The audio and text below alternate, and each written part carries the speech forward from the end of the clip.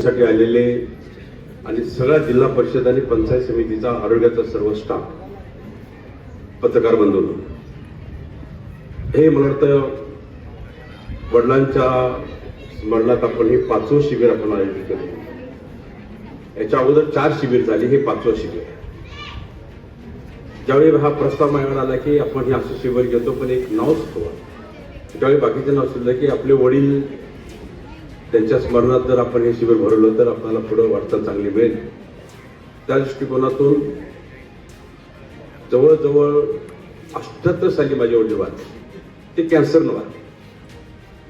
78 साली कॅन्सरचा उपचार काहीच नव्हता. म्हणजे पेन किलर देऊन थांबवायचं त्याला, मृत्यूची वाट बघायची, अशा प्रकारामध्ये ते कॅन्सर होतं. आणि अशा परिस्थितीमध्ये आज जे डेव्हलप झालंय सगळं उपचार, औषधं सगळी उपलब्ध आहेत. आणि जर आपण त्या सानिध्यात गेलो नाही, आपण निदान करून घेतलं नाही आपल्या बॉडीचं, तर आपण धोक्यात जातो. त्यासाठी ही शिबिर आयोजित करणं ही काळाची गरज आहे. मी आपल्याला सर्वांना विनंती करेन की आपण जर हॉस्पिटलला गेल्यानंतर आपण चेकअप करायचं झालं तरी सुद्धा 500-1000 रुपये डॉक्टरची फी असते. आज ते डॉक्टर इथं सगळे उपलब्ध, मोठ्या हॉस्पिटलचे डॉक्टर इथे सगळे उपलब्ध आहेत. प्रत्येक रोगाच्या निदानाचे डॉक्टर इथं उपलब्ध आहेत. आपण इथं फुकट चिकित्सा करून घ्यावी. जर काय कुठला आजार असेल, मेडिसिन होत असेल तर मेडिसिन तुम्हाला फुकट दिलं जाईल. जर एखाद्याला ऑपरेट करायचं असेल, एखाद्याला ऑपरेशन करायचं असेल तर त्या ऑपरेशनचाही खर्च गव्हर्नमेंट करेल, ते फुकट करेल. ही मी आज आपल्याला सांगतो. मला आनंदानं सांगू वाटतं की काल आम्ही सिव्हिल हॉस्पिटलमध्ये एक ऑपरेशन थिएटर, 5 ऑपरेशन थिएटर आम्ही चालू केली आणि 40 बेडचं आयसीयू चालू केलं. आणि जर आपण जर बघितलं तर प्रायव्हेट हॉस्पिटलला असं नाहीये. असे हॉस्पिटल म्हणजे तिथं आयसीयू आणि ऑपरेशन आपली चालू केलं. मी ज्या वेळेला कोरोना झाला त्यानंतर पुन्हा लोकांचे हाल व्हायला लागले, पण सिव्हिल हॉस्पिटल आणि जिल्हा परिषदनं कोरोनामध्ये सुंदर असं काम केलं, भरीव असं काम केलं गेलं. पण काय असतात की माणसं उपलब्ध होऊन पण त्यांच्या हातामध्ये काय दिलं नाहीये तर त्याचा उपयोग होणार नाहीये. म्हणून त्यावेळेला सिव्हिल हॉस्पिटल असताना मी आमदार फंडातून जवळजवळ 30 हॉट कमी पडायला लागल्या, पण त्यावेळी 30 हॉट आपण दिल्या आणि बाकीचे इक्विपमेंट पण त्याला दिली, व्हेंटिलेटर दिली. आपण जी व्हेंटिलेटर मुलांनाही चालतील आणि मोठ्यांना चालतील अशी आपण व्हेंटिलेटर पण त्यावेळी दिली. असे सामोरे त्यावेळी आपण दिली. पण त्यानंतर मी विचार केला की हे सिव्हिल हॉस्पिटल असेल किंवा आपल्या ज्या डिस्पेन्सरी आहेत, त्या उपकेंद्र आहेत, भागाचे उपकेंद्र, त्याच्यामध्ये फक्त प्रथम उपचार करू शकतो आपण, बाकीच्या पुढच्या गोष्टी करू शकत नाही. पण गरीबाला जर पुढे जायचं असेल आपल्याला तर आपल्याला सिव्हिल हॉस्पिटलमध्ये जाऊन त्याचा उपचार फुकट पद्धतीनं करता येईल. ह्या दृष्टिकोनातून आम्ही नियोजन चालू केलं. आज मला खूप आनंद वाटतो की आज आपल्याकडं न्यूरोसर्जनचं, मेंदूचं, मणक्याचं ऑपरेशन करणारं पण डॉक्टर आपल्याला उपलब्ध आहेत. आज आपल्याकडं बाकी सगळे ऑपरेशन होण्यासाठी सगळे यंत्रणा तिथं उपलब्ध आहेत, सुखसोयी सगळ्या उपलब्ध आहेत, ब्लड बँक उपलब्ध आहे. काल आपले आरोग्यमंत्री मुस्लिम साहेब आले होते, त्यांनी डिक्लेअर केलं की काही दिवसामध्ये मी कॅन्सर हॉस्पिटल पण आपल्या सिव्हिल हॉस्पिटलला जोडून देतो आणि कॅन्सर हॉस्पिटल पण आपण चालू करूया. या दृष्टिकोनात त्यांनी ते आपल्याला आश्वासन दिलं. त्याचबरोबर जी मुलं शिकतायत त्यांच्यासाठी पण काहीतरी केलं पाहिजे. आम्ही 100 बेडचं नर्सिंग मंजूर केलं, 100 सीट आता उपलब्ध करून दिल्या. त्यासाठी त्यांचं वसतिगृह आणि त्यांच्या शाळेची सोय व्हावी, शिक्षणाची सोय व्हावी, ह्या इमारतीसाठी पैसे मंजूर केले. तेही काल आपल्याला मुस्लिम साहेबांनी आपल्याला तिथं देऊ केलेले आहे. तर ह्या गोष्टी असताना निश्चितच आज मिरज हॉस्पिटल हे आपल्याला एक चांगला आधार व्हावा, गरिबांसाठी आधार व्हावा, ह्या दृष्टिकोनातून तो प्रयत्न केला आहे. कारण आपल्यासारख्या ग्रामीण भागामध्ये प्रायव्हेट हॉस्पिटल परवडणारे नाही आहेत. ज्यांना परवडते जातील, पण गरिबांनी काय दम तोडायचं का? पण त्याच्या पलीकडे जाऊन शासनानं आपल्याला महात्मा फुले जीवनदाय दिलेलं आहे आणि महात्मा फुले जीवनदाय हे स्कीम 5 लाखापर्यंत आपल्यावर खर्च करते. त्याचबरोबर पंतप्रधान आरोग्य सेवा आहे ना, ते आयुष्यमान भारत जे पंतप्रधान चालू केलं, ते कार्ड तुम्हाला मिळालं असेल, ते कार्ड जर तुमच्याजवळ असेल तर कोणत्याही हॉस्पिटलला आपण गेला तर 5 लाखापर्यंत ट्रीटमेंट तुमची फुकट होते. जवळजवळ 10 लाखाची फॅसिलिटी गव्हर्नमेंटने आपल्याला दिली आहे. त्यामुळे पैसे नाहीत म्हणून दम तोडू नका, कोणाला तोडून देऊ नका. काय अडचण असेल तर आमच्यापर्यंत, डॉक्टरच्या पर्यंत आपण पोहोचायचा प्रयत्न करा. एखाद्याला पैसे नाही, एखाद्याच्या घरामध्ये एखादा हार्टचं ऑपरेशन निघालं, डॉक्टर म्हणजे एवढं हार्टचं ऑपरेशन आहे, 2-2.5 लाख खर्च येणार आहे, त्या गरीबाला कुठं नाही. घरदार विकलं, शेती विकली तर त्याचे ते पैसे मिळत नसतात. पण अशा वेळी त्याला दम तोडला. आपण लोकांनी ताबडतोब संपर्क आमच्या साधा, आपण पैसे उपलब्ध करून देऊ आणि त्या माणसाचं ऑपरेशन करून आपण त्याला निर्मूळ करू, त्या घराला सुखी समाधानी करू. ह्या दृष्टिकोनातून आपल्या आजूबाजूला असू द्या, मित्रपरिवार असू द्या, नातेवाईक असू द्या, बाकी कुणाही लक्षात कुठेही आलं त्यामध्ये राजकारण न करता विरोधक असायचं पहिलं काम करा आणि त्या दृष्टिकोनातून आपण लोकांना आधार द्यायची व्यवस्था करा.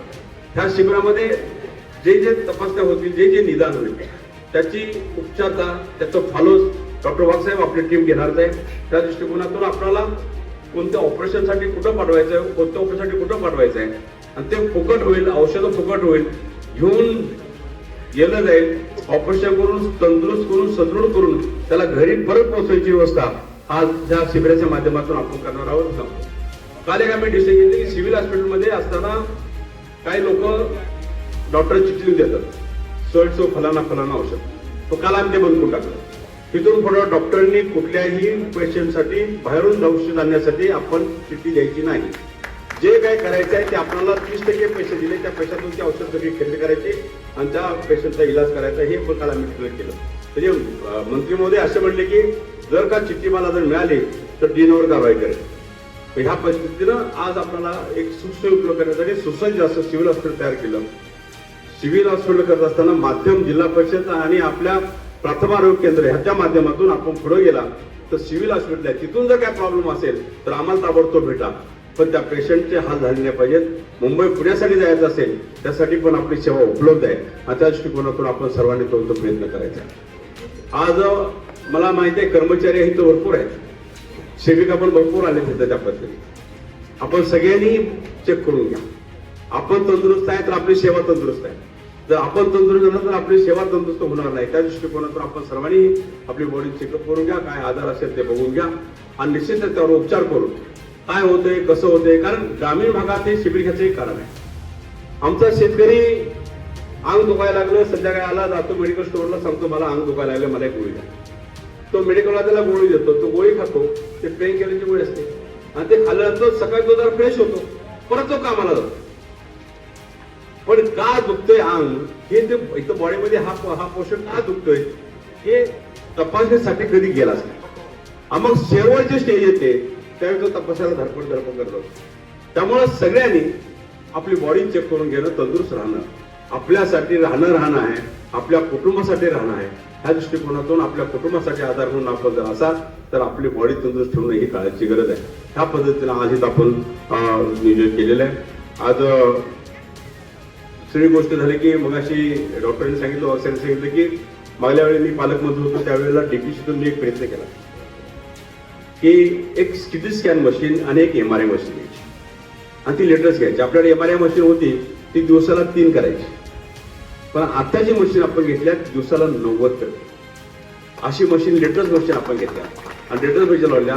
वाघसाहेब म्हणले हा प्रस्ताव महाराष्ट्र शासनानं एक डीपीसी मधून एक पालकमंत्री ह्या मशीन घेऊन आपल्या हॉस्पिटल सुसज्ज करत असेल तर ही महाराष्ट्रामध्ये सगळ्या पालकमंत्र्यांना आदेश दिले की सगळ्या पालकमंत्र्यांनी ह्या मशीन लॉन्च करा.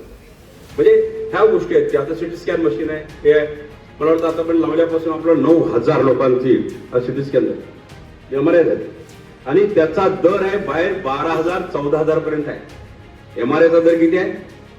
12,000. आपण केवढे करतो? नाही, 1,600 रुपयाला करतो आपण. फक्त बाहेर 12,000 देण्यापेक्षा आपण 1,600 रुपये सिटी स्कॅन मशीन 10 मिनिटात तुम्हाला रिझल्ट मिळतो. त्यामुळं आपण त्याचा उपयोग करून घ्यायचा. सिटी स्कॅन मशीन सांगलीत आहे आणि MRI मशीन ही मिरज हॉस्पिटल लावलेली आपण त्यांनी 24 तास कार्य चालू आहे तिचं. त्यामुळं आपण त्याचा लाभ घ्यावा. बाकी सगळी उपकरणं आपल्याकडे चालू आहेत. थोड्याच काय कालावधीमध्ये एक कॅन्सर हॉस्पिटल आपण ताबडतोब मंत्र्यांच्या मागं लागून आपण ते चालू करूया की जेणेकरून गोरगरिबांना त्याची सेवा उपलब्ध होईल. त्या शिबिराच्या निमित्तानं आपण सर्वजण इथं आलात त्यामुळे सर्वांना धन्यवाद देतो. शिबिर चांगल्या पद्धतीने व्यवस्थित व्हावं, त्याचं फॉलो व्यवस्थित व्हावं. शिबिर झालं की काम संपलं असं नाहीये. आपल्याला त्या पेशंटला पुन्हा फॉलो करायचं आहे, त्याचे काय आजार आहेत, त्याला काय ट्रीटमेंट द्यायची आहे, ह्या दृष्टिकोनातून सर्वांनी आपण सगळ्या अधिकाऱ्यांनी सगळ्यांनी प्रयत्न करावेत एवढीच मी आपल्याला विनंती करतो आणि ह्या शिबिराबद्दल मी सर्वांना शुभेच्छा देतो. धन्यवाद.